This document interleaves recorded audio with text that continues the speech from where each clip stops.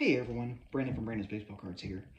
I got something in the mail a few days ago from Kirk Christensen's company, Ripping Vintage Packs. He had a Black Friday sale on his website, and the entire site, whether you bought items to break, because he does breaks on Wednesdays and Thursday nights, whether you bought something to break or whether you actually bought something from his store that he sends you unopened, the entire site was 10% off. And with unopened, that can really translate to a big savings if you're looking for a specific item. And for a while, I've been wanting to try to get a little bit into basketball.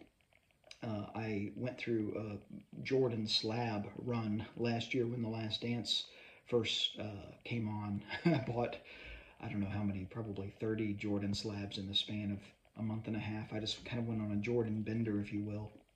But I really like that era of basketball cards, and I really love the design of some of the early Fleer product in unopened for basketball. I guess not early Fleer, because Fleer made basketball in the 60s. The early Fleer 80s basketball products I've always really found appealing. And the price of 86 Fleer basketball in unopened pack is now $4,000, give or take. And so it's just way too much money.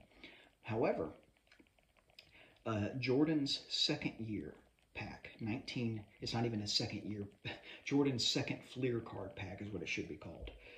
Because Jordan, if you listen to my podcast yesterday with Chris from All Time Sports Cards, you know that there were a lot of Jordan cards that were made by Star Company prior to Fleer's premier issue, right? But Jordan's second year Fleer card, 1987, unopened packs are still relatively affordable, especially compared to the very substantial increase we've seen in 86 Fleer basketball unopened. Okay, so second year cards, they just don't maybe get quite as much love for whatever reason in unopened, but it's the next best thing to have an 86 Fleer pack. And so from Kirk Christensen at Ripping Vintage Packs, I got this beautiful 87 Fleer basketball. I mean, just look at the art on that. These early Fleer wax packs are just gorgeous. And this is actually not the this is a pack that's relatively low in number compared to other basketball packs from this era, because when the 86 Fleer set, that is now of course iconic, when 86 Fleer first came out, nobody cared. And sales were so bad that they cut, generally speaking, there's a consensus that people think that the 87 Fleer run was half of what 86 Fleer was. And so there's just a lot less 87 Fleer than there is 86 Fleer.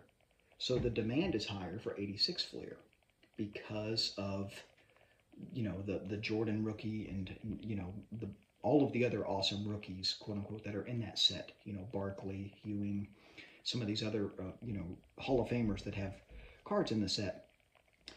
But the supply of 86 is much more. And if you look at auction houses, you'll see a lot more 86 Fleer wax packs being sold than you will 87 Fleer.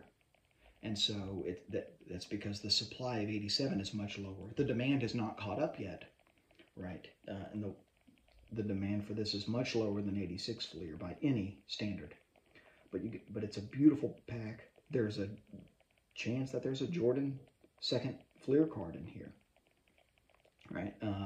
And that's the main card in the set to look for. There's also a Jordan sticker, but the demand isn't quite there, but the supply is so much lower.